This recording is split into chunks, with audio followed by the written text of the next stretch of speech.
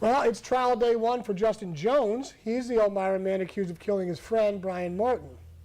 The jury heard opening statements and testimony today from the victim's mother who found Martin's body. WENY HD's Candace Cole has a recap from the Chemung County Courthouse.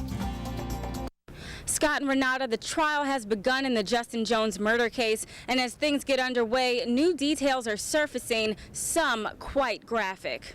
It was the nightmare at Alexander Place, a nightmare that started for Brian's mother the night before he was killed, according to the prosecution. It's hard to make it through the days, but I know I have my angel looking over me, and that's what gets me going, that I'm going to see my nephew again one day.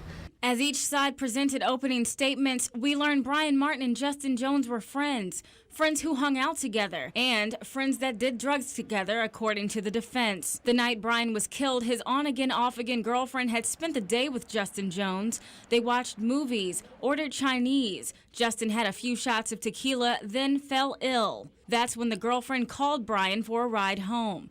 After Brian dropped her off, he got a call from Justin asking for a ride, according to the defense. The next day, Jones called his landlord at the place he was staying at temporarily at 317 Alexander Place. Jones asked him to bring bleach and trash bags, told him if he plans on cooking, not to use the meat cleaver. Brian's mother found Brian the next day in the trunk of her SUV, wrapped in a sleeping bag, his right leg nearly severed. A toxicology report showed Brian had lethal doses of heroin in his system at the time of his death.